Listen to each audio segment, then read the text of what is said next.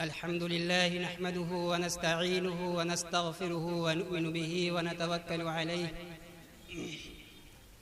ونعوذ بالله من شرور أنفسنا ومن سيئات أعمالنا من يهده الله فلا مضل له ومن يضلل فلا هادي له وأشهد أن لا إله إلا الله وحده لا شريك له وأشهد أن سيدنا ونبينا ومولانا محمدًا عبده ورسوله صلى الله تعالى عليه وعلى آله وأصحابه وبارك وسلم تسليماً كثيراً. أما بعد، فأعوذ بالله من الشيطان الرجيم. بسم الله الرحمن الرحيم. الذين يأكلون الربا لا يقومون إلا كما يقوم الذي يتخبطه الشيطان من المس، ذلك بأنهم قالوا إنما البيع مثل الربا وأحل الله البيع وحرم الربا. وعن أبي هريرة رضي الله تعالى عنه قال: قال رسول الله صلى الله عليه وسلم: أيها الناس، إن الله تعالى طيب لا يقبل إلا طيبا، وإن الله أمر المؤمنين بما أمر به المرسلين، فقال تعالى: يا أيها الرسل كلوا من الطيبات واعملوا صالحا إني بما تعملون عليم. وقال تعالى: يا أيها الذين آمنوا كلوا من طيبات ما رزقناكم.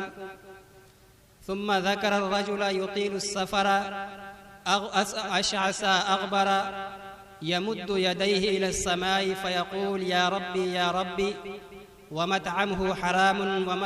ومشربه حرام وملبسه حرام وغذي بالحرام، فأنى يستجاب لذلك. وعن عبد الله بن مسعود رضي الله تعالى عنه قال: قال رسول الله صلى الله تعالى عليه وسلم: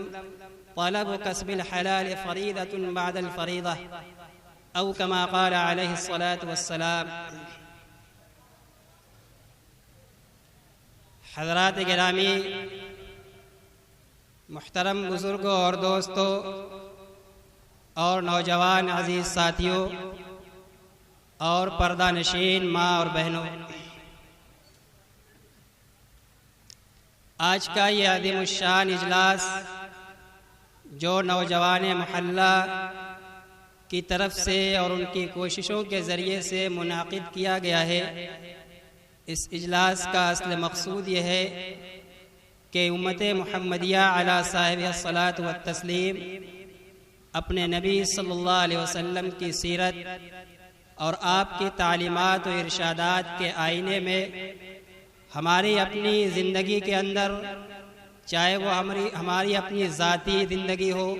معاشرتی زندگی ہو، عبادات اور معاملات کی زندگی ہو، ہر میدان کی اصلاح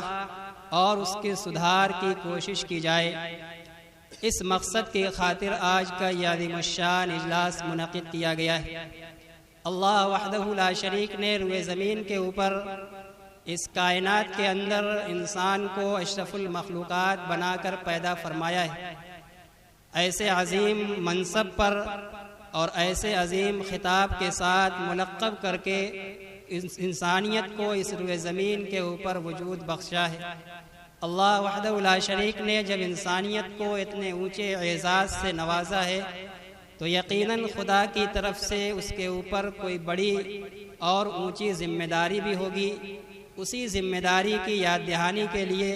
اللہ وحدہ لا شریک اپنے جانشینوں انبیاء کرام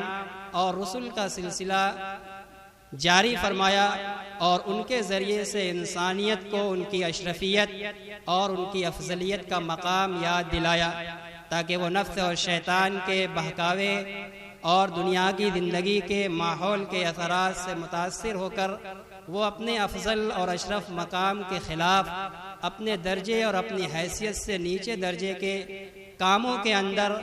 اور دوسرے کمزور درجے کی چیزوں کے اندر ملوث نہ ہو جائے۔ لیکن انسان اس دنیا کی رنگینیوں کے اندر، اس دنیا کی ہریالیوں کے فریب میں آ کر وہ اسی غفلت کا شکار ہو جاتا ہے، اپنی اشرفیت اور اللہ کے یہاں اپنے مقام بلند کو بھول جاتا ہے۔ اس لیے اللہ تعالیٰ نے زندگی کا مکمل ضابطہ اور روئے زمین پر اپنے اوقات کو گزارنے کا مکمل قانون انبیاء کرام علیہم الصلاۃ والتسلیم کے ذریعے سے انسانیت تک پہنچاتے رہے۔ سب سے آخر میں سید الانبیاء سرور کونین جناب محمد رسول اللہ صلی اللہ تعالی علیہ وسلم کو اللہ تعالی نے اپنا قانون اور اپنا ضابطۂ حیات مرحمت فرما کر مبعوث فرمایا، جو قرآن مقدس کی شکل میں اور آپ کے فرمودات احادیث مبارکہ کی شکل کے اندر قیامت تک کی انسانیت کے لیے ہمارے سامنے موجود اور محفوظ ہیں، اور آپ کے لائے ہوئے اسی ضابطے کے روشنی کے اندر جسے سیرت کا بھی نام دیا جاتا ہے، اسلام کا بھی نام دیا جاتا ہے، اسی کے آئینے کے اندر، اسی کی روشنی کے اندر ہمیں اپنی اشرفیت اور اپنی افضلیت کا مقام جاننا اور پہچاننا ہے، اور اس روئے زمین پر اللہ وحدہ لا شریک کی مرضیات میں اور اللہ تعالیٰ کو راضی کرنے والے اعمال میں اپنی زندگی کے اوقات کو صرف کرنا ہے۔ اسی کے لیے اللہ تعالیٰ نے ایک مکمل اور ایک جامع نظام حیات اسلام کی شکل کے اندر ہمیں عنایت فرمایا ہے۔ آج ہم لوگ اپنی کم فہمی یا اپنی کم علمی کی وجہ سے چند مخصوص اعمال اور چند مخصوص کاموں کے کر لینے اور چند متعین چیزوں سے بچ جانے کا نام مسلمان ہونا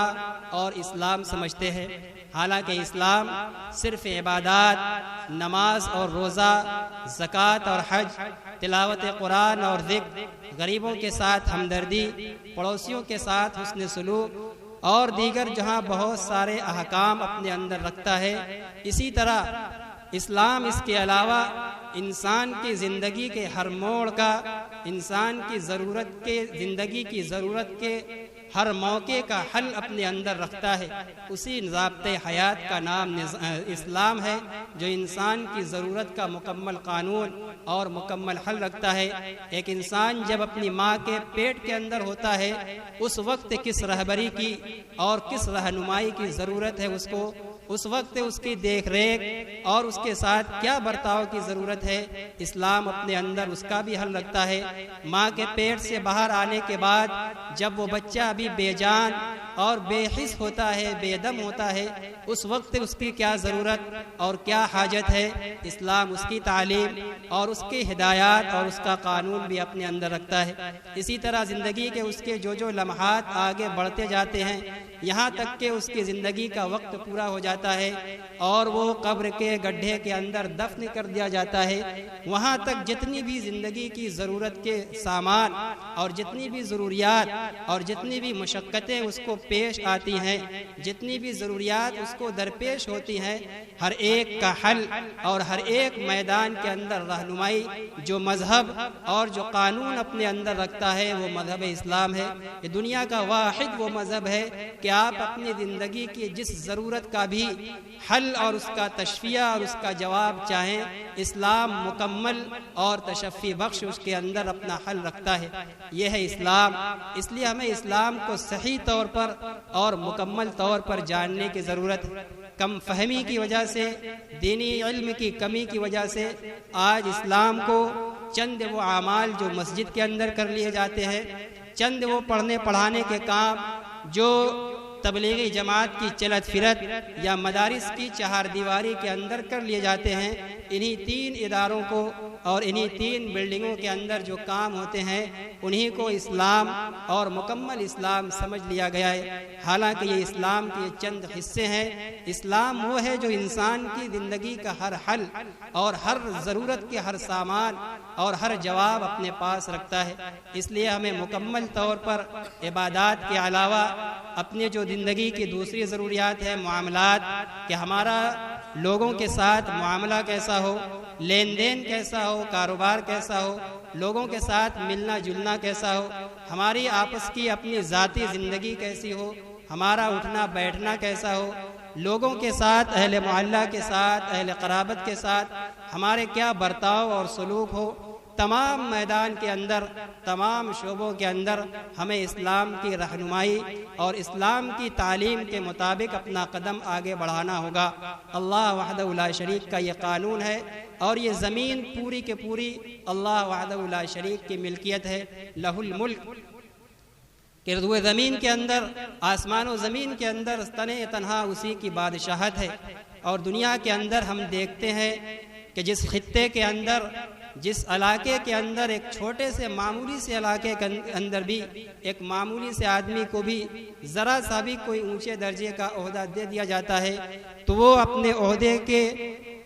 انڈر میں جو علاقے ہوتے ہیں اس علاقے کے تحت اپنا اس کا جو قانون اور جو ضابطہ ہوتا ہے اس کے خلاف اپنی رعایا اور اپنی قوم کو ذرہ برابر بھی کرنا برداشت نہیں کرتا۔ تو وہ احکم الحاکمین جو خود پوری کائنات کا خالق ہے، کائنات پر بسنے والی انسانیت کا، ہر مخلوق کا خالق ہے، اور انسان کی ضرورت کے لیے پیدا کرنے والی تمام چیزوں کا خالق ہے، اور تنہا وہ اپنی بادشاہت میں تنہا ہے۔ ایسی عظیم الشان بادشاہت میں اس کا کوئی ساجھی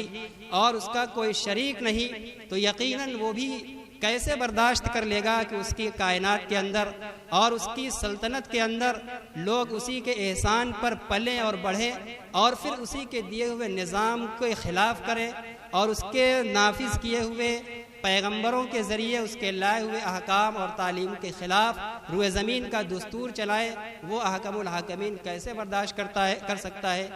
لیکن اس کی ایک صفت حلم کی بھی ہے کہ وہ بدلہ لینے پر قادر ہونے کے باوجود دنیا کے اندر وہ صبر کرتا ہے اور لوگوں کو مہلت دیتا ہے آخری سانس تک، تاکہ یہ آخری سانس کے اکھڑنے سے پہلے شاید یہ پلٹ آئیں اور ہمارے نظام کے اندر جکڑ جائیں اور اسی کے مطابق اپنی زندگی گزارنے لگے، تاکہ آخرت کے اندر وہ ہمارے مواخذے اور پکڑ سے بچ جائے۔ اور اگر خدا نخواستہ کوئی بد نصیب انسان اپنی آخری سانس اس کے حکم عدولی کے اندر اس کے حکم کی خلاف ورزی میں گزار دیتا ہے اور خدا نخواستہ گزار کر چلا گیا، تو احادیث و قرآن کے بیان کے مطابق اس کی آخرت کی دائمی زندگی تباہ و برباد ہے۔ وہاں اس کے اوپر احکم الحاکمین کا قہر و جلال اور اس کا غضب اور غصہ بھڑکے گا، اور وہ جہنم کی تکلیف دہ وادی کے اندر ہمیشہ کے لیے ڈال دیا جائے گا۔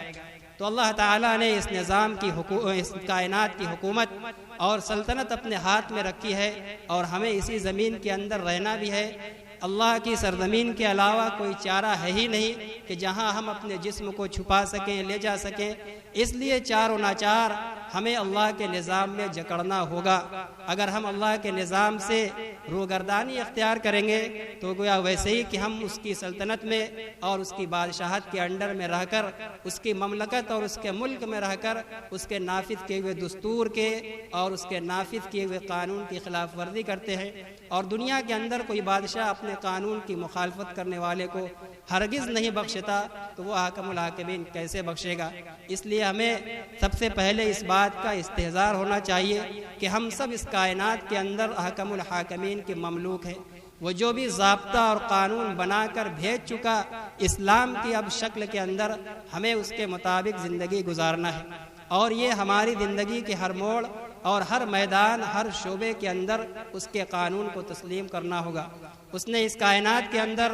جو بہت سارے اپنا نظام اور اپنا قانون جاری کیا ہے، ان میں سے کچھ چیزیں ایسی ہیں جن پر اللہ تعالیٰ نے اس کائنات کی بقا کو منحصر کیا ہے کہ جب تک اس کی کائنات کے اندر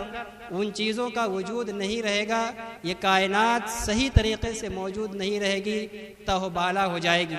ان بنیادی چیزوں میں سے جس پر انسانیت کی زندگی بھی موقوف ہے اور کائنات کی بھی بقا موقوف ہے، ان بنیادی چیزوں میں سے ایک عظیم چیز مال اور دولت ہے، کہ جب تک دنیا کے اندر مال اور دولت نہیں رہے گا،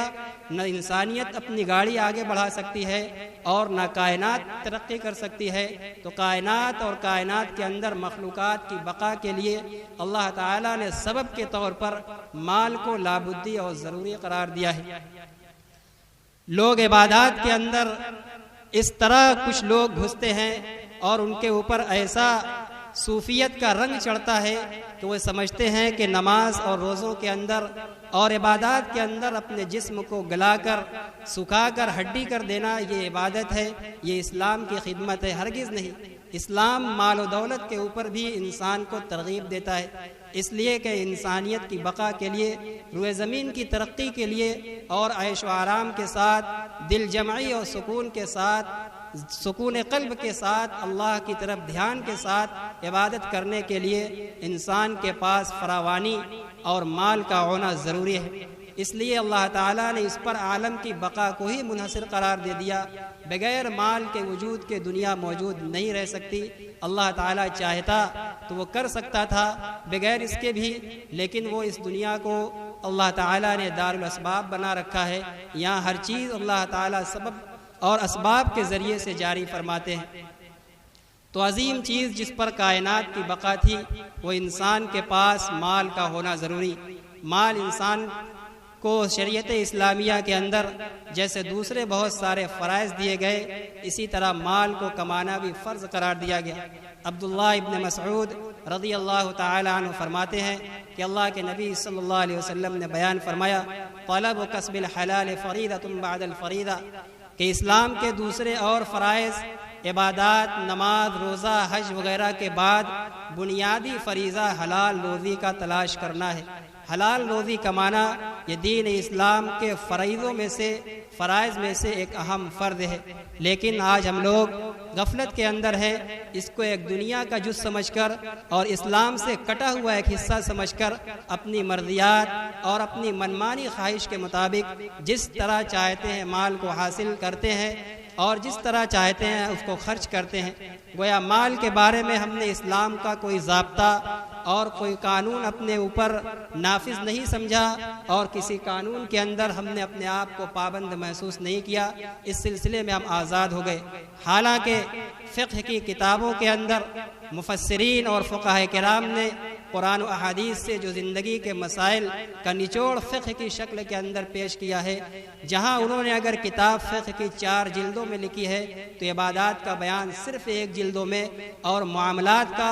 اور مال کے تعلق سے لین دین کا بیان 3 جلدوں کے اندر بیان فرمایا۔ گویا اس تعلق سے شرعی جزیات اور شرعی تفصیلات اور بھی زیادہ ہیں، اس لیے ان معاملات کے اندر اور بھی زیادہ محتاط رہنے کی اور بھی زیادہ چوکنا رہنے کی ضرورت ہے۔ یہی وہ زینہ ہے، یہی وہ پہلا قدم ہے کہ اس میں پورے طور پر کھرا اترنے کے بعد تب انسان کی دوسری عبادات درست ہوں گی۔ اسی پر گویا عبادت کی قبولیت اور عدم قبولیت کا مدار ہے۔ اس لیے یہ تصور اور یہ بات آج اسلام کے احکام میں سے ایک حکم ذہن کے اندر بیٹھایا جائے کہ اسلام کا ہمارے اوپر جو بہت سارا حکم ہے، ان میں سے ایک حکم مال کے بارے میں بھی ہے۔ ہم مال کمانے کے بارے میں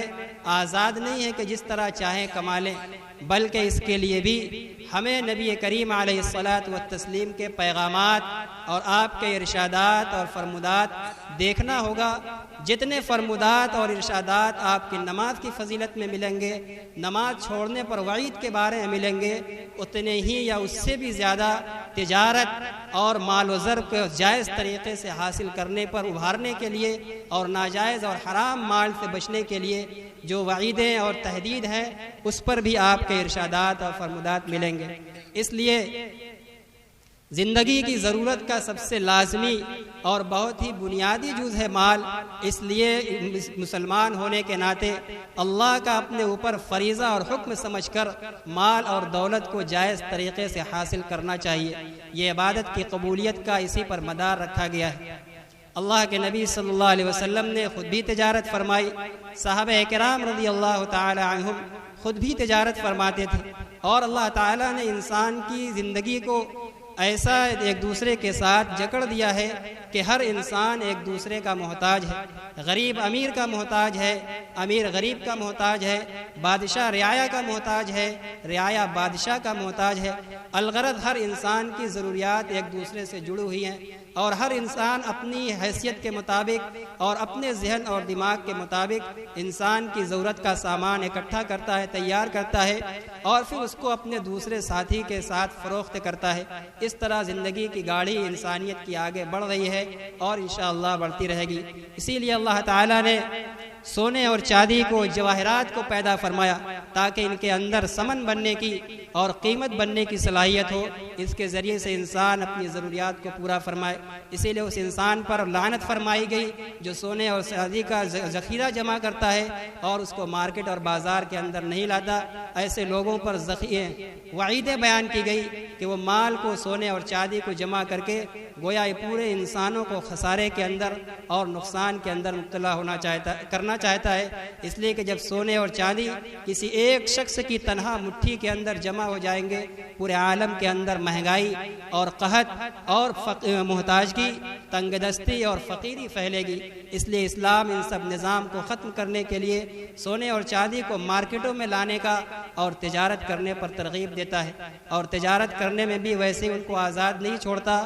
بلکہ جیسے نماز کے احکام اور روزے کے احکام اور ضابطے بیان کرتا ہے، ویسے ہی تجارت کے بھی اصول بیان کرتا ہے کہ دو مسلمان یا دو انسان آپس میں کس طرح معاملہ کریں۔ تجارت کرتے وقت ایک دوسرے کا نفع مقصود ہو،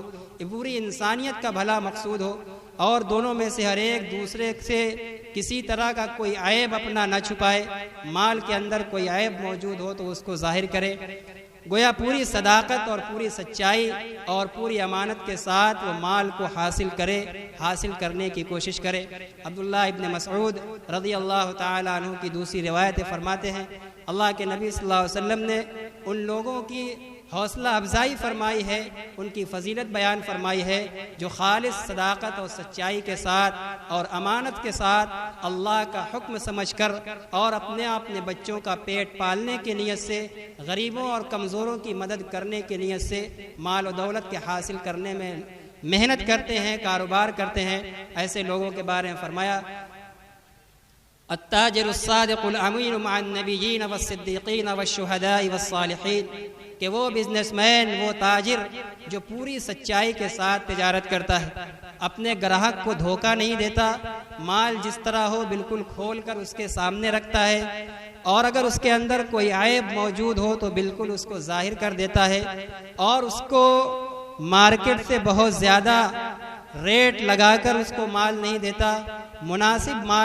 ریٹ اور مناسب قیمت کے اندر مال فروخت کرتا ہے۔ تو یہ صفت سچائی اور امانت کی اگر اس تاجر کے ساتھ ہے تو اللہ کے نبی صلی اللہ علیہ وسلم فرماتے ہیں کہ اللہ تعالیٰ اس کے اس عمل کے طفیل کل قیامت کے دن اس کا حشر انبیاء کے ساتھ فرمائیں گے، صدیقین کے ساتھ فرمائیں گے، شہداء اور اپنے نیک بندوں کے ساتھ اس کا حشر فرمائیں گے۔ تو سچائی کے ساتھ اور امانت کے ساتھ تجارت، کاروبار اور بزنس پر اللہ تعالیٰ یہ اجر و ثواب عطا فرماتے ہیں۔ اگر یہ کام اسلام کے دائرے سے باہر ہوتا، خدا کے قانون سے کوئی الگ چیز ہوتی، تو اتنا بڑا اعزاز اور اتنا بڑا انعام کا وعدہ اللہ تعالیٰ کیوں فرماتے؟ اس لیے ان احادیث سے پتہ یہ چلتا ہے کہ نماز، روزہ، عبادات کے ساتھ ساتھ یہ بھی ایک عظیم اسلامی حکم ہے، اس میں بھی ہمیں اسلامی تعلیمات کا پابند رہنا ہوگا۔ اور بھی متعدد احادیث کے اندر نبی کریم علیہ الصلاۃ نے اپنی امت کے لوگوں کو تجارت کرنے پر ابھارا ہے، اور جو مال و زر کو، سونے چاندی کو جمع کر کے رکھتے ہیں ان کے اوپر وعیدیں بیان فرمائی ہیں۔ اسی طرح جہاں تجارت کا حکم دیا تو اس کے اندر بہت ساری حدود اور قیود بھی لگائی ہے کہ اللہ تعالیٰ کی طرف سے لگائی ہوئی پابندیاں، اور انہی حدود کے دائرے کے اندر ہمیں تجارت کرنی ہے۔ یہ نہیں کہ بس جس طرح آئے بس مال کے جمع کرنے پر مصر ہو جائیں، کہ جس راستے سے بھی آ جائے حلال اور حرام کی کوئی تمیز باقی نہ رہ جائے، بلا کسی تمیز اور امتیاز کے بس ہر ارلے تللے کا، ہر جگہ سے آنے والا مال جمع کرنے کے در پہ ہو لیا جائے۔ یہ بھی اسلام کے اندر مذموم ہے۔ ایسے لوگوں کی اسلام مذمت بیان کرتا ہے۔ اسلام تجارت کی ترغیب دیتا ہے اور حلال مال اور طیب اور پاکیزہ مال پر ابھارتا ہے، اسی کو کمانے پر اور اسی کو کھانے پر۔ حضرت ابو ہریرہ رضی اللہ تعالیٰ عنہ فرماتے ہیں کہ اللہ کے نبی صلی اللہ علیہ وسلم نے صحابہ کرام کو مخاطب فرمایا، ایھا الناس ان اللہ تعالی طیب لا یقبل الا طیبا، کہ لوگو اللہ تعالیٰ بلا شبہ بڑا پاک و صاف اور پاکیزہ ہے، وہ صرف پاکیزہ اور پاک صاف چیز ہی قبول فرماتا ہے۔ لہٰذا اللہ کی راہ میں اگر مال ہم صدقہ کریں گے تو وہی مال اور وہی زکوٰۃ قبول کی جائے گی جو خالص حلال مال کا صدقہ اور زکوٰۃ ہوگا۔ پھر آگے فرماتے ہیں وَإِنَّ اللَّهَ تَعَالَى أَمَرَ الْمُؤْمِنِينَ بِمَا أَمَرَ بِهِ الْمُرْسَلِينَ کہ اللہ تعالیٰ نے ایمان والوں کو اسی بات کا حکم فرمایا ہے جس بات کا اس نے اپنے رسولوں کو حکم دیا۔ فقال تعالیٰ یا ایھا الرسول کلوا من الطیبات واعملوا صالحا۔ کس چیز کا رسولوں کو حکم دیا؟ اللہ کے نبی صلی اللہ علیہ وسلم فرماتے ہیں کہ اللہ تعالیٰ نے قرآن کریم کے اندر فرمایا ہے کہ اے رسولوں پاکیزہ اور حلال مال کھاؤ۔ یا ایھا الرسل کلوا من الطیبات، اے رسولوں حلال مال کھاؤ، واعملوا صالحا اور نیک کام کرو۔ اللہ تعالیٰ نے پہلے رسولوں کو حلال مال کھانے کا حکم دیا۔ ظاہر ہے کہ حلال مال آدمی اسی وقت کھائے گا جب جائز اور حلال طریقے سے تجارت کر کے کمائے گا، حلال مال حاصل کرے گا، تبھی جا کر وہ حلال اس کے پیٹ کے اندر جائے گا، اور جب حلال اس کے پیٹ کے اندر جائے گا تب اس کی ذات سے نیک اعمال کا صدور ہوگا، ورنہ حرام لقمہ پیٹ میں پڑنے کے بعد آدمی کے اندر سے نور ایمان نکل جاتا ہے اور پھر اس کے نفس کے اندر نیکیوں کا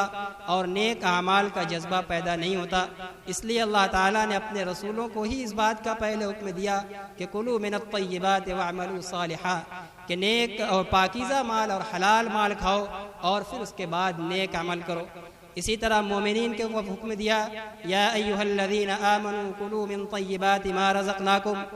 اے لوگوں جو پاکیزہ اور حلال مال ہم نے تم کو دیا ہے اس کو کھاؤ۔ پھر اس کے بعد آپ صلی اللہ علیہ وسلم نے جو حلال مال سے ہٹ جاتا ہے، جو مال کے جمع کرنے میں اسلامی حدود کی رعایت نہیں کرتا، وہ تجارت کے باب میں آزاد اپنے کو سمجھتا ہے اور منمانی طور پر کاروبار کرتا ہے، یہاں تک کہ اس کے کاروبار کے اندر حرام مال شامل ہو جاتا ہے، تو آپ نے بطور مثال ایک آدمی کا ذکر فرمایا کہ اللہ کے ہاں اس کی کیا حیثیت ہوتی ہے اور وہ آدمی کتنے بڑے خسارے کے اندر مبتلا ہوتا ہے۔ آپ نے فرمایا کہ ایک آدمی دور دراز کا لمبا سفر کر کے جاتا ہے اور کسی مقدس اور محترم جگہ پر پہنچتا ہے، یہاں تک کہ مثلاً حرم میں پہنچ جاتا ہے، اور انتہائی سفر کی وجہ سے اس کے بال بکھرے ہوئے، کپڑے بالکل گرد آلود اور بالکل بوسیدہ اور پراگندہ حال ہو جاتا ہے کہ جب کسی کے آگے سوال کرے تو اس کی حالت دیکھ کر اس پر رحم آ جائے۔ ایسی حالت میں وہ رب ذوالجلال کے سامنے ہاتھ دراز کرتا ہے، یمد یدیہ الی السماء فیقول یا رب یا رب، ہاتھ اٹھا کر اس محترم جگہ پر پروردگار سے دعا کرتا ہے ہمارے رب، اے ہمارے رب، اے ہمارے اللہ، اے ہمارے اللہ کہہ کر اپنی حاجتیں اس کے سامنے رکھتا ہے۔ اللہ کے نبی صلی اللہ علیہ وسلم فرماتے ہیں کہ ان سب ظاہری ساری قبولیت کے آثار کے باوجود جانتے ہو اس کا حال کیا ہوتا ہے؟ وَمَطْعَمُهُ حَرَامٌ وَمَشْرَبُهُ حرام، حال اس کا یہ ہوتا ہے کہ اس کی غذا حرام، اس کا پینا حرام، اور اس کے بدن پر جو لباس ہے وہ حرام پیسے کا تیار کیا ہوا وہ حرام، وَغُذِيَ بِالْحَرام، اور حرام سے ہی بچپن سے اس کی پرورش اور نشو و نما ہوئی ہے۔ فَأَنَّا يُسْتَجَابُ لِذَلِكَ، تو جس کا یہ حال ہو کہ سر سے پیر تک حرام سے اس کا ڈوبا ہوا ہو تو اس کی دعا کہاں سے قبول ہوگی؟ گویا اگر تجارت کے باب میں ہم غیر محتاط ہو گئے، ہمارے کاروبار کے عنصر کے اندر حرام شامل ہو گیا، تو اب ہمارے اندر سے دعا کی قبولیت ختم ہو گئی۔ حرام لقمہ پڑنے کے بعد بدن کے اندر چاہے جان بوجھ کر پڑے تب بھی، اور اگر انجانے میں کوئی کھلا دے، ہمیں معلوم نہیں کہ وہ حرام تھا اور ہم نے انجانے میں کھا لیا، تب بھی ہم دعا کی قبولیت سے اس دنیا کے اندر محروم ہو جائیں گے۔ یہ نحوست اور خباثت ہے حرام مال کی۔ اسی لیے شریعت اسلامیہ نے جہاں مال کی ضرورت پر ترغیب دیا اور مال کمانے پر اکسایا، تو وہیں بہت زیادہ احتیاط اور بہت پابندی کے ساتھ عقل حلال اور مال حلال کو کمانے پر بھی زور دیا۔ مال حلال آدمی اپنے جاننے کے اعتبار سے کبھی کماتا ہے، لیکن اس کے اندر کچھ شکلیں اور تجارت کے کچھ ایسے عوارضات اور ماحول سے متاثر ہو کر ایسا کام کر جاتا ہے کہ اس کا وہ کاروبار اور اس کا کمایا ہوا وہ مال حرام میں تبدیل ہو جاتا ہے اور اس کو محسوس بھی نہیں ہوتا۔ اس لیے تجارت کے باب کے اندر ہمیں دینی رہنمائی کی ضرورت ہے۔ جیسے ہم نماز کو سیکھتے ہیں، روزے کو سیکھتے ہیں اور دوسرے دینی احکامات کو سیکھتے ہیں، ویسے ہی ہمیں تجارت کے مسائل کو بھی سیکھنا ہوگا۔ آج 99% لوگ، بلکہ اس سے بھی زیادہ لوگ تجارت کو بلا مسائل کے سیکھے ہوئے کرتے ہیں۔ حضرت علی کرم اللہ وجہہ کا فرمان ہے کہ جو آدمی دین کا تجارت کے باب میں دینی رہنمائی کا علم سیکھے بغیر تجارت کرے گا وہ ضرور سود کے اندر پھنسے گا۔ حضرت عمر ابن خطاب رضی اللہ تعالیٰ عنہ فرماتے ہیں کہ جو مسائل تجارت کا نہ سیکھے وہ ہماری بازار کے اندر خرید و فروخت کرنے نہ آئے، اس لیے کہ ڈر ہے کہ وہ سود کے اندر ملوث ہوگا، اور سود وہ خبیث اور حرام چیز ہے جو شامل ہونے کے بعد آدمی کی جائز اور حلال کمائی کو بھی تباہ و برباد کر دیتا ہے۔ اس لیے ہمیں آج کے اس اجلاس کے اندر سیرت طیبہ نبی کریم علیہ الصلاۃ والسلام کی تعلیمات میں سے ایک اہم اور بنیادی تعلیم، جس پر آپ نے دیکھ لیا کہ ہماری عبادت کی قبولیت کا مدار ہے حلال روزی کا کمانا اور حلال روزی کا کھانا، اس پیغام کو ہمیں خصوصیت کے ساتھ لے کر اٹھنا پڑے گا۔ ہمیں تجارت پورے دینی مسائل کو سیکھ کر پورے پابندی کے ساتھ اور حدود کے ساتھ کرنا چاہیے۔ دعا کی قبولیت کے لیے، عبادات کی قبولیت کے لیے عقل حلال بہت ہی ضروری چیز ہے، بلکہ فرمایا گیا کہ دعا کے دو بازو ہیں، ایک حلال کھانا اور دوسرے سچائی سچ بات بولنا۔ یہ دو چیز اگر انسان کے اندر نہیں ہے تو اس کی دعا کی قبولیت کوئی یقینی نہیں، اس کی دعا قبول نہیں کی جائے گی۔ اس لیے مال اور زر کو کمایا جائے، اس کو حاصل کیا جائے تو اس میں مقصد اللہ وحدہ لا شریک کی رضا اور اس کا حکم ہو، اور یہ نیت ہو کہ ہم اس کو کما کر اور حاصل کر کے اپنا اور اپنے بچوں کا پیٹ پالیں گے، تاکہ کسی دوسرے کے آگے ہم کو ہاتھ نہ پھیلانا پڑے۔ اور اگر حلال مال ہم نے اس نیت سے کمایا تاکہ لوگوں میں ہماری عزت اور شہرت ہو جائے، ہم بڑے مالدار شمار کر لیے جائیں، اگر خدا نخواستہ مال حلال کمانے میں بھی ہماری یہ نیت ہو گئی تو وہ مال بھی کل قیامت کے دن ہمارے اوپر اللہ کے غصہ اور غضب کا ذریعہ بنے گا۔ تو یہ بنیادی مقصد تھا، لیکن ان تعلیمات کی روشنی کے اندر ہم اپنے آپ کو اور اپنی زندگی اور ماحول کے کاروبار کو دیکھیں۔ کیا ہم نے کوئی کاروبار شروع کرنے سے پہلے اس کاروبار کے تمام نشیب و فریب اور اس کے تمام ارد گرد پیش آنے والی صورتحال کو سامنے رکھ کر کسی ماہر عالم دین سے دینی مسئلہ پوچھا اور پھر اس کے مطابق اپنا کاروبار شروع کیا؟ ہم اپنے ماحول کو دیکھیں، آج ہم لوگ صرف کمانے کے اندر اور کمانے کی دھن کے اندر اس طرح مبتلا ہے کہ اور دوسری عبادات کو اور دوسرے شرعی احکامات کو بھلا بیٹھے، گویا مال کو ہم نے اپنے جسم کے اوپر چڑھا لیا اور اس کی محبت کو ہم نے اپنے اوپر حاوی کر لیا، اور اس درجہ وہ ہمارے دلوں کے اندر گھس گئی کہ اب ہمارا مزاج صرف یہ بن گیا کہ اب وہ ہمارے پاس آ جائے، جس طریقے سے بھی آ جائے، اور پھر آنے کے بعد کس طریقے سے بھی اس کو اڑایا جائے، بلا کسی خوف و خطر اور بلا کسی حساب و کتاب کے اندیشے کے۔ مال کے ساتھ ہمارا یہ برتاؤ اور تعلق، اور ہم نے اللہ کے نبی صلی اللہ علیہ وسلم کے فرمودات اور ان کے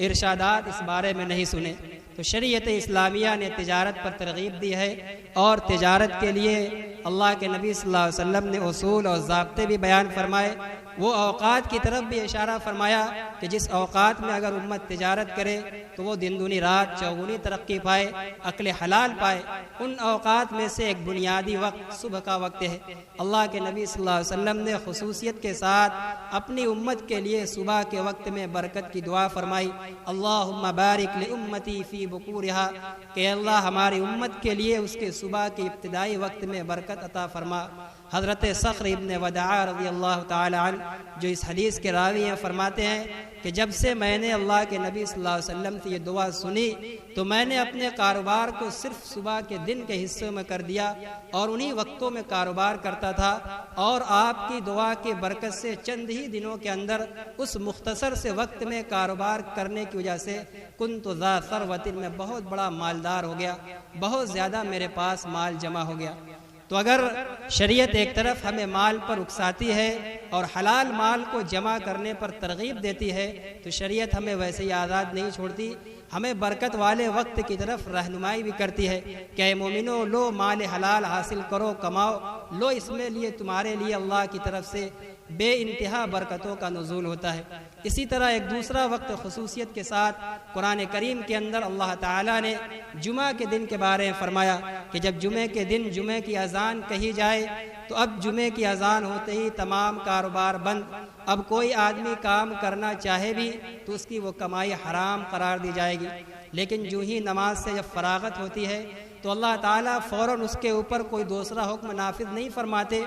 ایک طرف جمعہ سے بہت پہلے اذان کے ذریعے جہاں اس سے کاروبار کو چھڑوایا تو جمعہ کے بعد فوراً یہ حکم دیتے ہیں فَإِذَا قُضِيَتِ الصَّلَاةُ فَانْتَشِرُوا فِي الْأَرْضِ وَابْتَغُوا مِنْ فَضْلِ اللَّهِ کہ اے مومنو جب نماز جمعہ پوری کر لی جائے تو اب تمہارا عمل کیا ہونا چاہیے؟ تمہیں یوں ہی ادھر ادھر بیٹھے نہیں رہنا، تمہیں بازاروں اور سڑکوں کے اوپر مٹر گشتی نہیں کرنا، بلکہ جاؤ اب تم زمین پر اپنے کاروبار کی جگہوں پر پھیل جاؤ۔ وَابْتَغُوا مِنْ فَضْلِ اللَّهِ اور اب جمعے کے بعد جاؤ اللہ کی طرف سے رزق تقسیم ہو رہا ہے، اللہ کی روزی اور اس کا فضل تلاش کرو۔ تو جمعے کے بعد خصوصیت کے ساتھ اللہ تعالیٰ جو روزی تلاش کرنے کا حکم دے رہے ہیں، یہ ہم مسلمانوں کے لیے، کاروبار کرنے والوں کے لیے بہت بڑی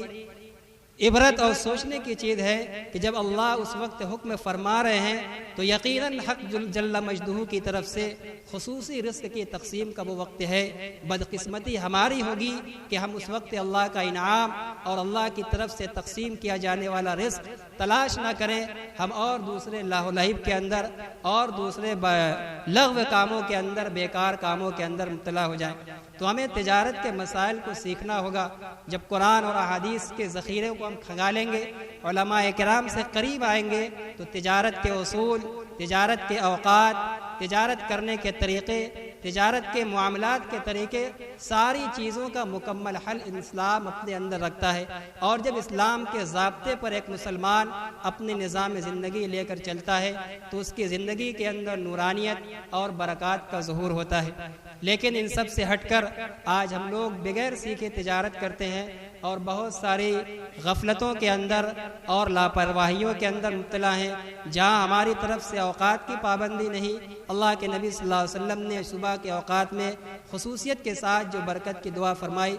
آج ہم دجالی یورپ اور امریکہ کی تہذیب کے شکار ہو کر 9-10 بجے سو کر اٹھنے کے عادی، جو برکت کے اوقات تھے ہم نے اس کو سو کر گزار دیا، جس کے بارے میں اللہ کے نبی صلی اللہ علیہ وسلم نے فرمایا الصبح تمنع الرزق، کہ صبح کا سونا آدمی کو روزی سے محروم کر دیتا ہے۔ گویا روزی سے اپنے آپ کو محروم کر کے اور برکت کے اوقات کو لایانی اور ضائع کر کے برباد کر کے اب اس کے بعد بے برکتی کے وقت میں ہم کاروبار کر رہے ہیں، تو ظاہر ہے کہ یہ کاروبار نہ ہم کو دنیا کے اندر چین دے گا اور نہ آخرت کے اندر ہمارے لیے چین و سکون کا ذریعہ ہوگا۔ بے برکتی کے ساتھ آیا ہوا مال انسان کو راہ راست پر نہیں لگائے گا، وہ ویسے ہی اللے تللے اور واہی تباہی کاموں کے اندر خرچ ہوگا۔ اور اسی طرح مال کے کمانے کے اندر ہماری نیتیں بھی خالص نہیں۔ یہ نیت ہونی چاہیے کہ ہمارا مقصود مال حاصل کرنے سے اللہ کی رضا ہو، کہ اس کا حکم ہے، اور اپنا اور اپنے بال بچوں کا پیٹ پالنا، اور اگر کوئی ضرورت مند آ جائے تو اس کی امداد کرنا، اس کو نفع پہنچانا، یہ عظیم مقصد ہونا چاہیے۔ لیکن آج ہمارا مقصد مال کمانے سے نہ تو ہم خود صحیح طور پر کھاتے ہیں اور نہ دوسروں کی صحیح طور پر امداد کر پاتے ہیں، اور نہ دوسرے اور جائز کام صحیح طریقے سے کر پاتے ہیں۔ دو نصب العین اور دو مقصد ہمارے سامنے بنیادی طور پر ہوتے ہیں، جو اسلام کے مشن سے اور اسلام کے نظام سے مکمل متصادم اور ٹکراتے ہیں۔ پہلا عظیم مشن مال کمانے سے جو ہمارا یہ ہوتا ہے کہ ہم مال کما کر خوب شاندار بلڈنگیں بنا لیں، خوب جائیداد بنا لیں، اور دوسرا مقصد ہوتا ہے کہ جب ہمارے گھر میں لڑکی یا لڑکے کی شادی ہو تو خوب جی بھر کر اپنا پورا ارمان نکالیں اور پورے مکمل برادری کے ہر فرد سے بڑھ کر اتنا رسم و رواج میں خرچ کر دیں کہ لوگ واہ واہ کرتے رہ جائیں اور ہمارے ٹکر کے اندر کوئی اور دوسرا اس طرح نہ کر سکے۔ یہ دو بنیادی مشن اور یہ دو بنیادی مقصد آج کے ہم لوگوں کا اور آج کے مالدار اور بلکہ ہر طبقے کے لوگوں کا مال کمانے سے اور مال کے حاصل کرنے سے یہ ہوتا ہے، جو اسلام کے نظریے کے اور اسلام کی تعلیم کے مکمل متصادم ہے۔ اللہ تعالی مال کے بارے میں دو مستقل سوال فرمائیں گے، ایک تو مال کہاں سے کمایا، جائز طریقے سے یا حرام طریقے سے، اور پھر دوسرے مال کے مصرف کے بارے میں بھی سوال فرمائیں گے، اس لیے کہ یہ مال جو اللہ ہمیں عنایت فرماتے ہیں ہم اس کے مالک کل نہیں، مالک مختار نہیں، یہ اللہ کی طرف سے ایک عاریت اور ایک امانت ہمارے پاس ہے، اور امانت دینے والا جہاں چاہے گا ہم وہیں اس کو خرچ کر سکتے ہیں۔ اس کی مرضی کے خلاف اگر کہیں خرچ کریں گے تو وہ سخت باز پرس کرے گا، سوال کرے گا۔ تو اللہ تعالیٰ مال کے بارے میں پوچھیں گے کہ کہاں خرچ کیا؟ کیا ہمارا یہی جواب ہوگا کہ رسم و رواج کے اندر، برادرانہ رسوم کے اندر، لوگوں کو خوش کرنے کے لیے اگر یہ ہوا، یہ عمل ہوا تو یقیناً ہم ناکام ہوں گے اور اللہ کی پکڑ کے اندر آ جائیں گے۔ ثم لتسألن یومئذ عن النعیم، کہ اللہ تعالیٰ جو انعامات اور نعمتیں جو ہمیں دیتے ہیں ہر ایک کے بارے میں سوال فرمائیں گے۔ اس لیے پہلے کے زمانوں کے مقابلے میں آج کے اس دور کے اندر مال و زر انسان کی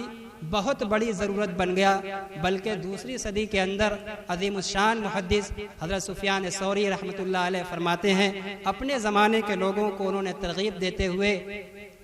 کہ صحابہ اکرام کے زمانے میں مال و زر کوئی حیثیت نہیں رکھتے تھے، لیکن آج ہمارے اس زمانے کے اندر انہوں نے اپنے زمانے کے بارے میں فرمایا تیسری صدی کے اندر کہ اب مال و زر انسان کی بہت بڑی ضرورت کی چیز، ان کے ایمان اور اسلام کی بقا کا ذریعہ ہے، ورنہ آدمی فقر و فاقہ کا شکار ہو کر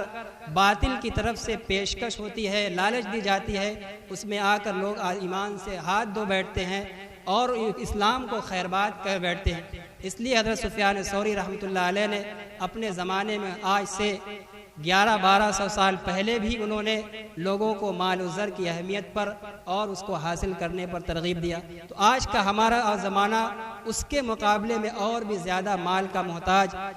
پہلے کے مقابلے میں ضرورتیں زیادہ، پہلے کے مقابلے میں حادثات زیادہ، ایکسیڈنٹ زیادہ اور بیماریاں زیادہ، اخراجات زیادہ۔ اس لیے پہلے کے مقابلے میں اب آج کے مسلمانوں کو اپنے ہاتھ کو مال کے اعتبار سے مضبوط کرنے کی اور بھی زیادہ ضرورت ہے، اور مال کے ذریعے سے مضبوط مسلمان اسی وقت ہوگا جب وہ کمائے بھی اسلامی تعلیم کے مطابق اور خرچ بھی کرے اسلامی تعلیم کے مطابق، اس کا خرچ اس کی آمدنی سے محدود ہو، تب اس کے پاس اپنے حوادثات کے لیے، اپنی اچانک آ جانے والی بیماریوں سے لڑنے کے لیے کچھ پونجی، کچھ اسباب اس کے پاس موجود ہوں گے۔ اگر وہ اسی برادرانہ رسوم میں بہہ کر اسی طرح رسم و رواج کے اندر اور شادی بیاہ کے اندر، ایک دن کے پروگراموں کے اندر سال بھر 6 مہینے کی اپنی کمائی صرف کرے گا تو مسلمان ہمیشہ دستنگر رہے گا، کمزور رہے گا اور اپنی آنے والی مصیبتوں پر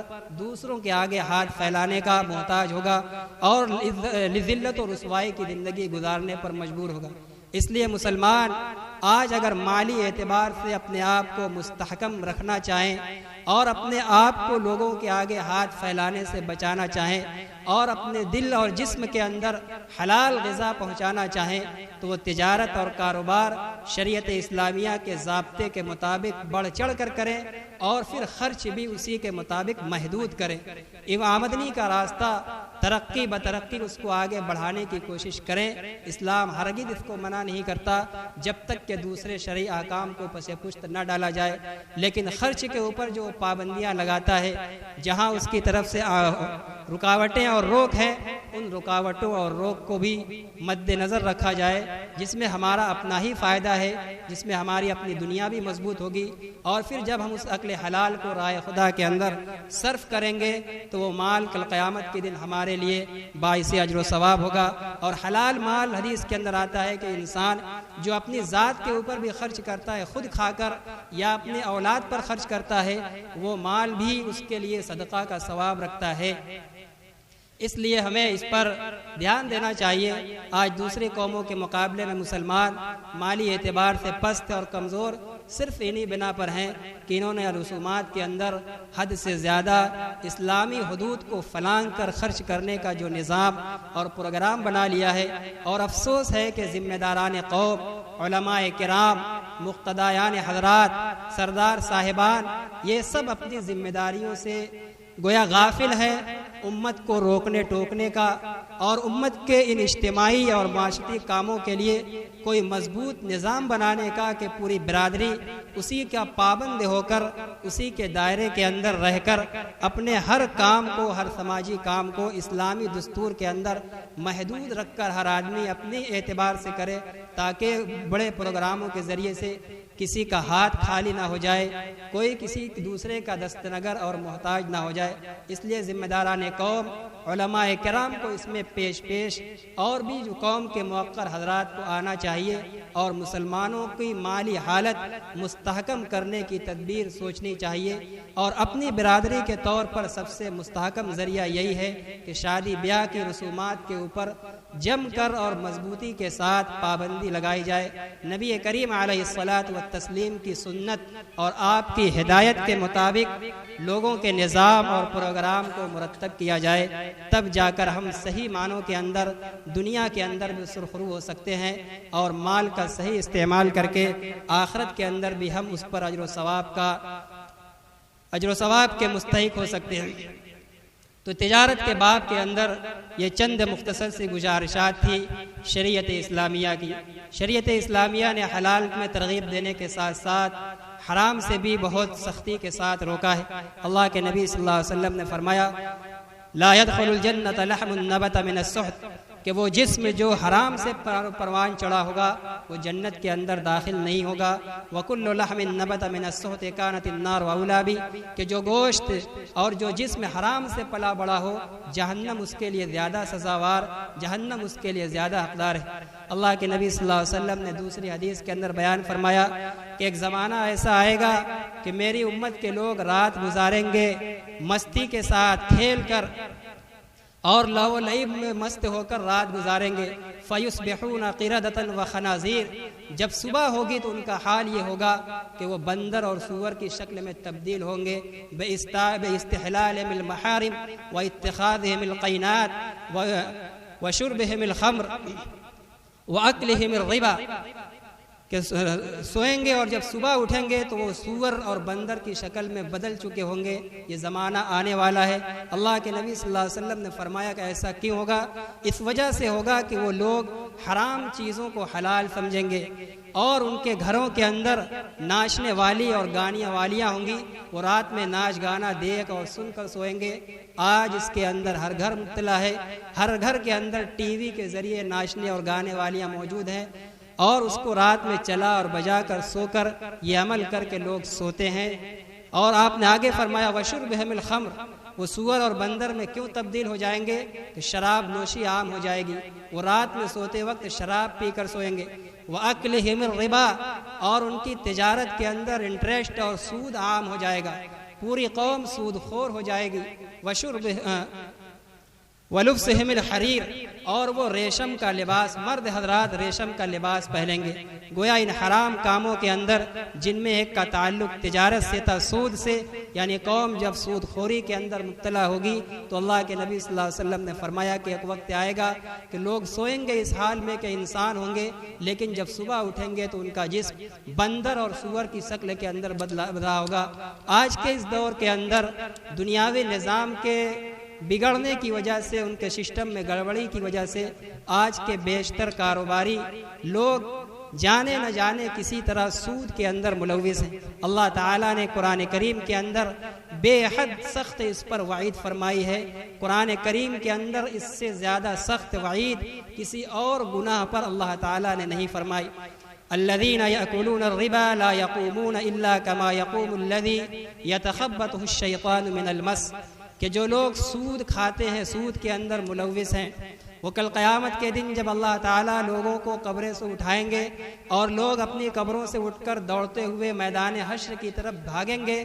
سود خور لوگ اٹھ نہیں پائیں گے، ان کا پیٹ بہت بڑا کر دیا جائے گا جس میں ان کا پورا دنیا کے اندر سود کا کھایا ہوا مال ہوگا، اور اللہ تعالیٰ اس کو اتنا وزنی کر دیں گے کہ وہ قبر سے اٹھے گا اور دھڑام دھڑام بار بار گرتا ہی رہے گا، وہ صحیح طریقے سے محشر تک نہیں جا پائے گا۔ لوگ دیکھ کر سمجھ لیں گے کہ یہ دنیا کے سود خور لوگ ہیں۔ لا یقومون الا کما یقوم الذی یتخبط الشیطان من المس، کہ وہ قبروں سے صحیح طریقے سے اپنے سودی مال کے بوجھ کی وجہ سے نہیں اٹھ پائیں گے، ویسے ہی جیسے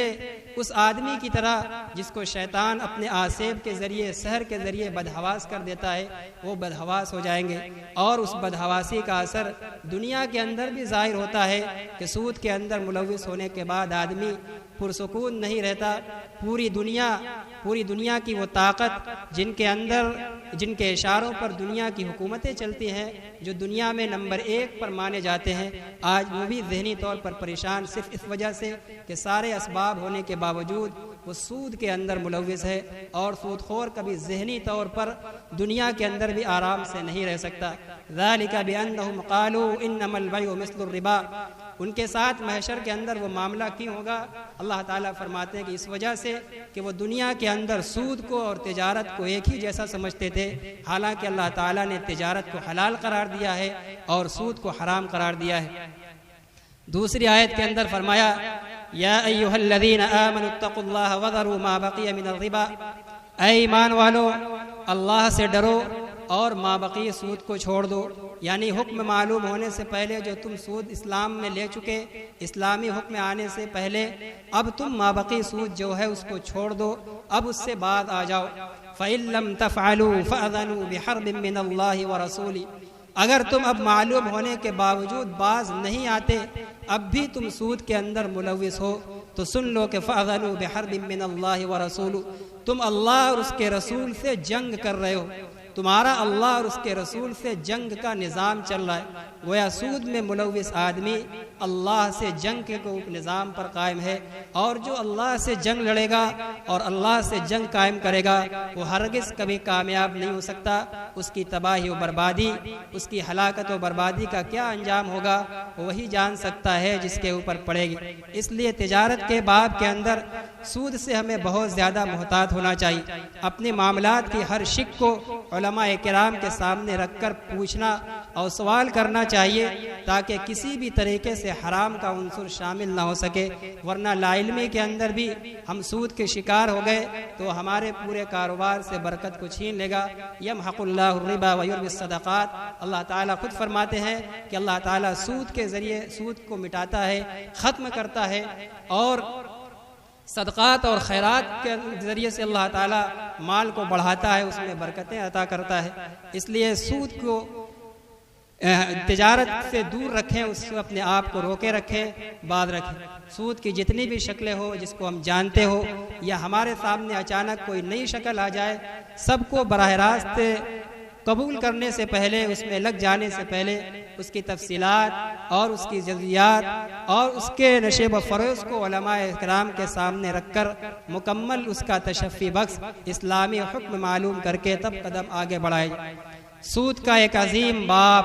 ایک خطرناک باب، جس سے شاید آج ہمارا سماج 99% محفوظ نہیں ہے، چاہے وہ نمازی ہو، حاجی ہو اور دیندار اور خواص کا طبقہ ہو، حتیٰ کہ بہت سے شاید علماء کرام بھی ہو، جان بوجھ کر یا انجانے اس باب کے اندر آج لوگ مبتلا ہے، اور نئی نسل شاید اس کو حرام بھی نہ سمجھتی ہو۔ وہ ہے سود کا وہ باب، چیک کا بٹا، کہ انتہائی عام ہے، اور ہر آدمی بڑے دھڑلے کے ساتھ اپنے چیک کا بٹا کرا لیتا ہے، اور اسے یہ محسوس نہیں ہوتا کہ ہم نے یہ کام سودی کام کر لیا، اور اللہ اور اس کے رسول سے ہم نے جنگ چھیڑ لی، اور اللہ اور اس کے رسول سے جنگ چھیڑنے والا بھلا کیسے کامیاب اور بامراد ہو سکتا ہے۔ اس لیے یہ شکل انتہائی حرام، سود کی اور شکلوں کی طرح یہ بھی حرام ہے، ناجائز ہے۔ ان چیزوں سے اس سے بھی ہمیں پرہیز کرنا ہوگا، ورنہ ہمارا سماج اور ہمارا پورا معاشرہ تباہ و برباد ہو جائے گا۔ حدیث کے اندر بیان فرمایا گیا کہ جس قوم کے اندر سود کا بازار عام ہو جاتا ہے اس قوم کے اوپر مہنگائی، قحط سالی، محتاجگی مسلط کر دی جاتی ہے، بارشیں روک دی جاتی ہیں، ظالم حکمراں کو مسلط کر دیا جاتا ہے، الغرض اس قوم کے اوپر دنیا کو اجیرن اور تنگ بنا دیا جاتا ہے۔ اس لیے اگر ہم حلال اور طیب مال چاہتے ہو اور خوشحال اور ذہنی سکون والی زندگی چاہتے ہو تو سود کے ہر باب سے، سود کے ہر شائبے سے اور اس چیک کے بٹے سے بھی ہمیں انتہائی احتراز کرنا ہوگا۔ اسلام انسانیت کو ایک دوسرے کے ساتھ ہمدردی کی اور اس کے دکھ درد میں کام آنے کی ترغیب دیتا ہے۔ اب ایک آدمی جس کے پاس پیسہ نہیں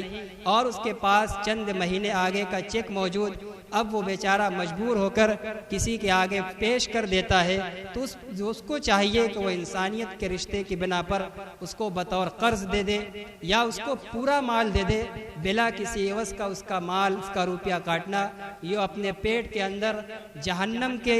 انگارے بھر رہا ہے اور وہ قبر کے اندر سے اٹھنے وقت اپنے بوجھ بھر رہا ہے کہ ہر جگہ اس کو ذلت و رسوائی ہو، اور یہ مال اس کی دنیا کے مال میں شامل ہو کر اس کے مال کی برکت کو بھی اور اس کی نورانیت کو بھی ختم کر دے گا، اور وہ مال جب اس کے بدن کے اندر پڑے گا تو اس کی عبادت کی لذت اور عبادت کی من اور تمنا یہ تمام چیزیں ختم کر دے گا، اس سے دعا کی قبولیت چھین لی جائے گی۔ اس لیے انسانیت کے ناطے کی بنا پر اپنے مجبور اور بےکس اور پریشان حال بھائیوں کی امداد کا جذبہ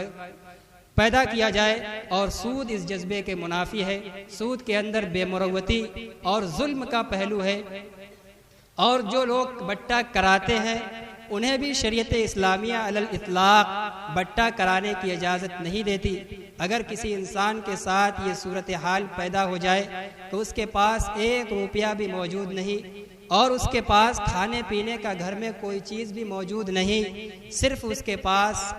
چند مہینے آگے پہلے کا چیک موجود ہے، اب اس کے دل کے اندر یہ آتا ہے کہ کوئی اس کو قرضہ دینے والا بھی نہیں، کوئی کسی طرح سے اس کی امداد کرنے والا بھی نہیں، تو وہ چاہے کہ یوں ہی چیک کا بٹہ کرا لے تو شریعت اس کے لیے بھی جائز نہیں قرار دیتی، تا آ کے 2 دن اس کے اوپر گزر جائے اس طرح کہ 2 دن اس کے گھر کے اندر چولہا نہ جلے، اور پھر تیسرا دن بھی یہی نوبت آ جائے کہ اب تیسرے دن بھی کہیں سے کوئی آنے کی شکل نہیں، اگر بٹہ نہیں کراتے تو آج بھی ہمارے گھر میں چولہا نہیں جلے گا۔ تو اب شریعت اس کو یہ گنجائش دیتی ہے کہ وہ مجبور اور پریشان آدمی اب اپنے تیسرے دن اپنی جان بچانے کے لیے بٹہ کرا سکتا ہے، وہ گناہگار نہیں ہوگا۔ لیکن جس انسان کے پاس وہ کرانے کے لیے جائے گا وہ تو بہرحال مجبور نہیں، وہ کرنے کی وجہ سے گناہگار ہوگا، سود کے اندر ملوث ہوگا۔ اللہ کے نبی صلی اللہ علیہ وسلم نے فرمایا لعن رسول اللہ صلی اللہ علیہ وسلم آکل الربا وموکلہ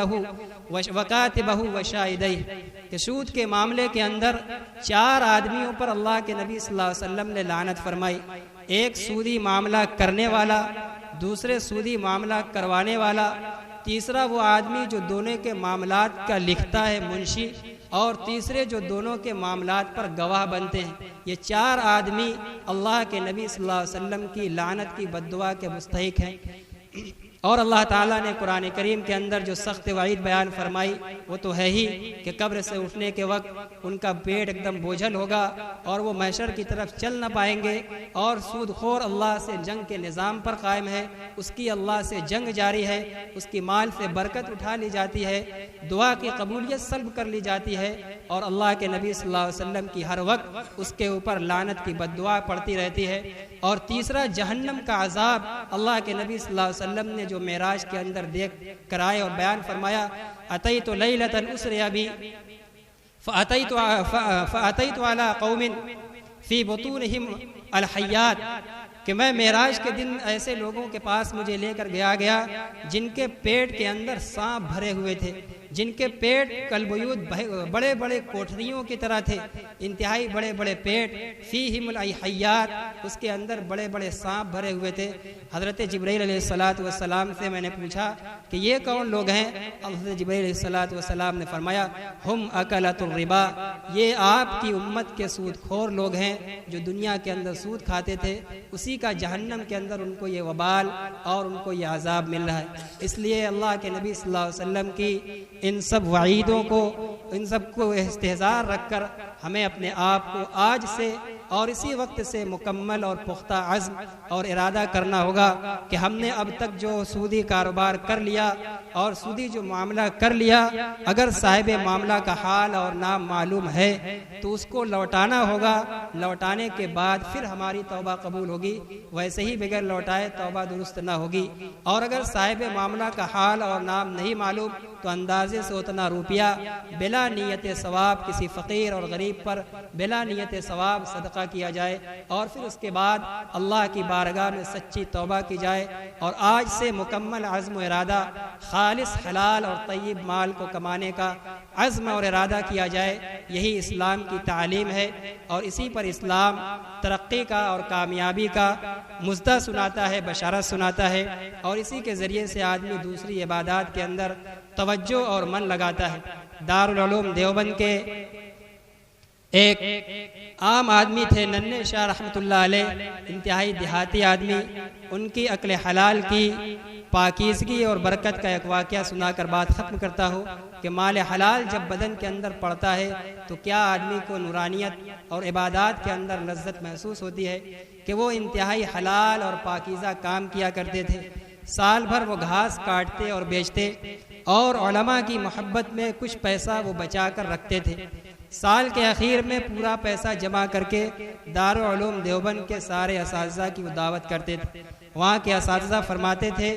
کہ ان کی دعوت کا جب دن آتا تھا تو ہم لوگوں کو ان کی دعوت کا انتظار رہتا تھا، صرف اس وجہ سے کہ ان کا مال انتہائی پاکیزہ اور حلال ہوتا تھا، اور ان کی دعوت کھانے کے بعد 40 دنوں تک ہماری نماز کے اندر حضوری اور کیفیت میں اضافہ ہو جاتا تھا۔ انتہائی دل اور خشوع اور خضوع کے ساتھ، پوری بشاست کے ساتھ ہماری نماز ہوتی تھی۔ تو یہ حلال کی برکت کہ اس کو بدن میں پڑھنے کے بعد